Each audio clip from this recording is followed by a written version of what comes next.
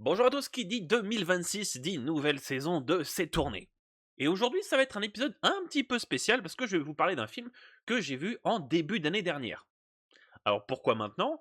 Parce que c'est mon film de l'année 2025. Mais également, cette semaine, vous pouvez le retrouver en salle pour le festival Télérama.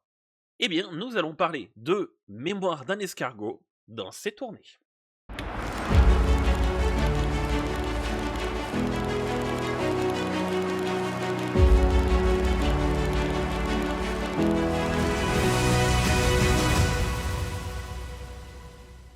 Après avoir adulé Godzilla Minus One en 2023, Flow en 2024, c'est au tour de Mémoire d'un escargot de recevoir ma palme d'or du film de l'année 2025.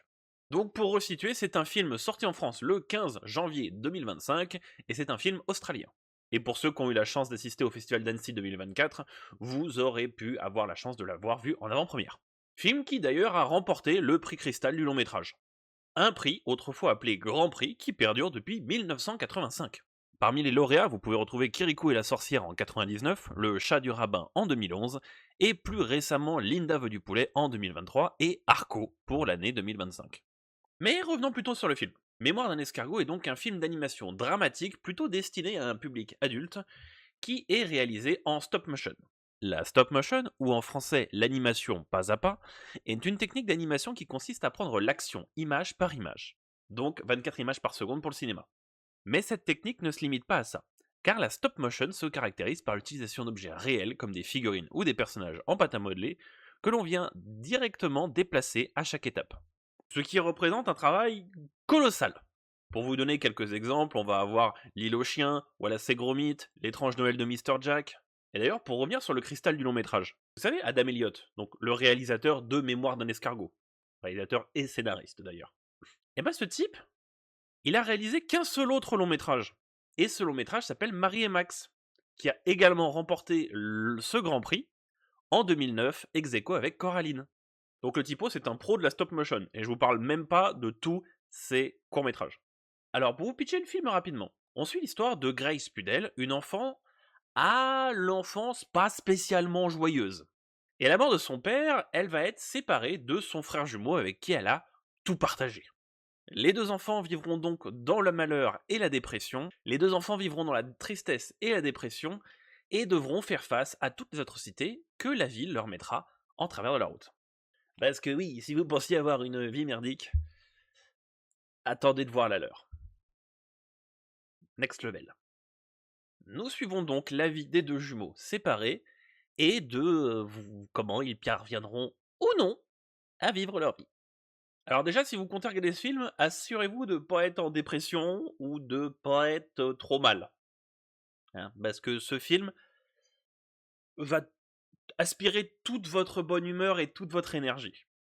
C'est vraiment un film qui est émotionnellement très impactant et ça vous flingue un dépressif suicidaire.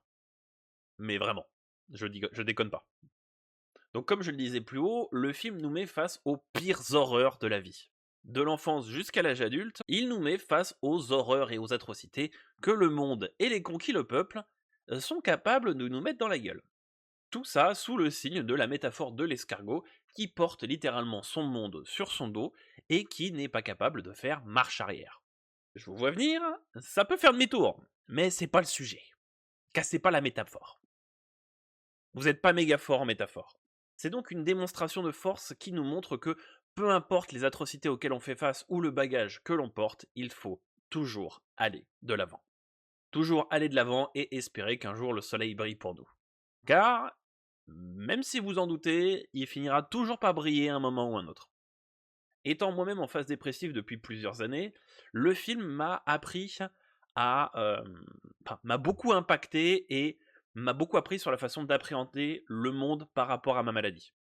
Enfin bref, je reviens un peu sur l'aspect mais c'est si bien fait qu'on a vraiment du mal à croire que c'est de la stop motion et pas juste de l'animation 3D. Le mouvement est si fluide qu'il a vraiment fallu un long moment avant que j'accepte le fait que ça soit pas de l'animation 3D. Et du coup, le rendu final est juste sublime. Niveau esthétique, je ferai que me répéter, mais c'est quand même un style assez unique, qui pourtant n'est pas sans rappeler le style de Tim Burton, mais qui arrive quand même à imposer son propre style. je le disais plus tôt, Adam Elliott est surtout connu pour la réalisation de courts-métrages. Et d'ailleurs, il a accessoirement remporté l'Oscar du meilleur court-métrage en 2004 avec Harvey Crumpet. Mais personnellement, j'espère qu'on n'aura pas à attendre 15 ans pour avoir son prochain long métrage parce que j'adore son style. J'adore son style, j'adore son travail, euh, c'est vraiment quelque chose que je voudrais voir plus souvent au cinéma. Les dessins animés ne sont pas que réservés aux enfants, on a besoin de dessins animés pour adultes. En tout cas, si vous n'avez pas vu Mémoire d'un escargot ou Mémoire of a Snail en VO, je ne peux que vous conseiller très fortement d'aller le voir, sauf si vous êtes, dépressif ou pas bien. Après, vous êtes grand, vous vous gérez. Hein. En tout cas, merci à toutes et à tous d'avoir découvert ce nouvel épisode de la saison 2026 de C'est tourné. On se retrouvera très prochainement pour d'autres films. Allez, ciao!